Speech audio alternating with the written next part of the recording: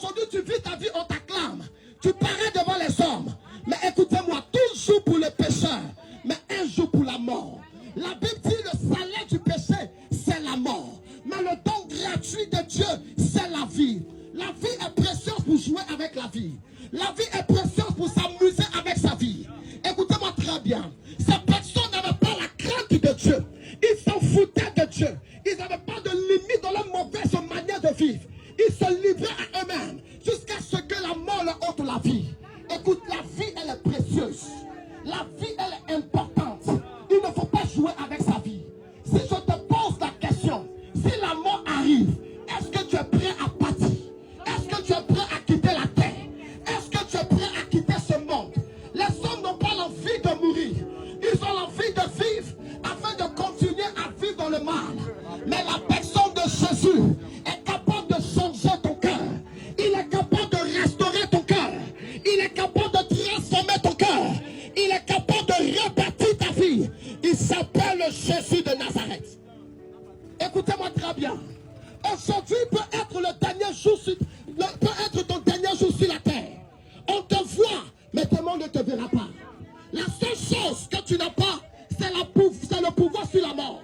Tu as le pouvoir sur les hommes, mais tu n'as pas le pouvoir sur la mort. Lorsque la mort va se présenter, tu ne pourras pas résister.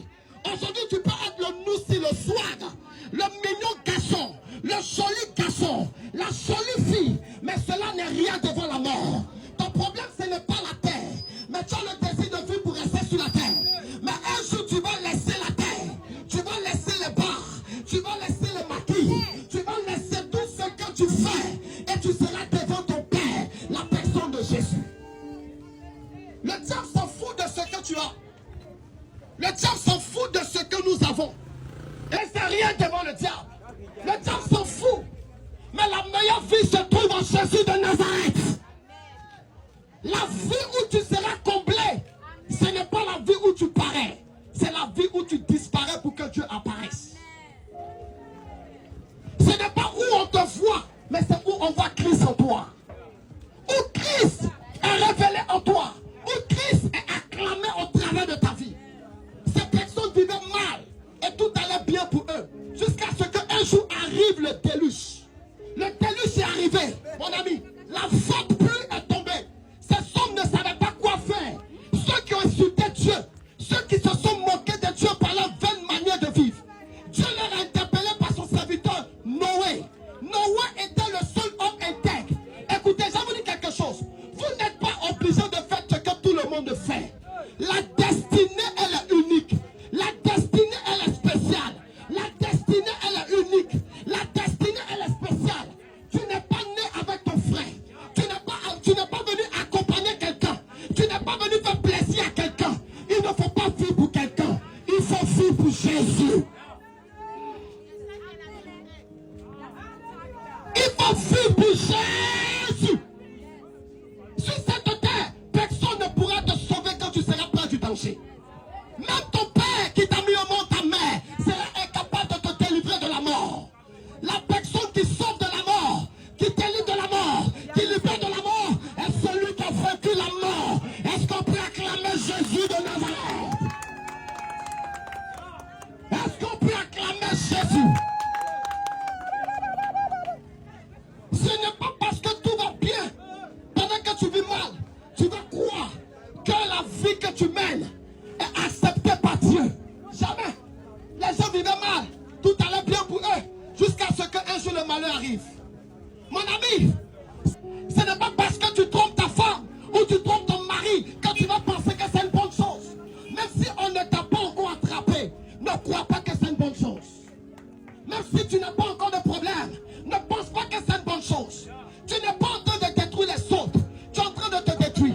Écoute mon ami, quand tu vis dans le péché, tu ne fais pas du mal à Dieu. Tu te fais du mal. Quand tu trompes ta femme, tu ne fais pas du mal à Dieu. Tu te fais du mal. Quand tu mens aux autres, tu ne fais pas du mal à Dieu. Tu te fais du mal. Quand tu te livres sexuellement, quand tu couches sexuellement avec n'importe qui, tu fais du mal à qui? Tu ne fais pas du mal à Dieu. Au contraire, c'est parce que tu te fais du mal que Dieu veut te délivrer de ce mal. C'est pourquoi il t'interpelle sur tes actions. Sinon, quand tu te livres avec X, quand tu te livres avec Y, quand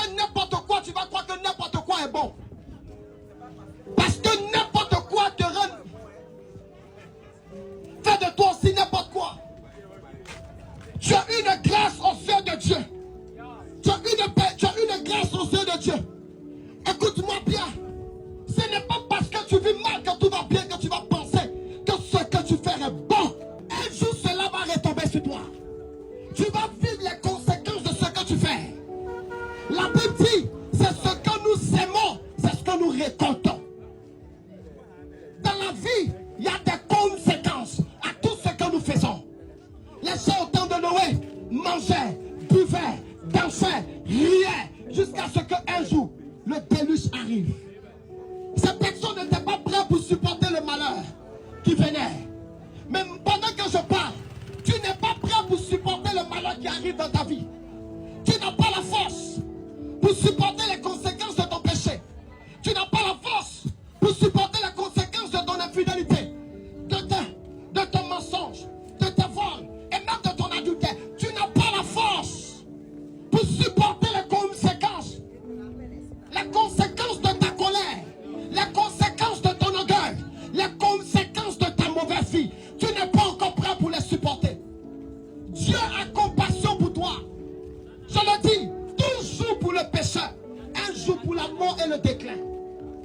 On a l'habitude de dire toujours pour le voleur, un jour pour le propriétaire. Mais toujours pour celui qui pêche, un jour pour le déclin et le jugement. Le diable n'est pas pressé derrière toi. Il a commencé à te détruire par la vie que tu mènes. Il a commencé à te détruire par les actions que tu poses. Ne sois pas le sorcier de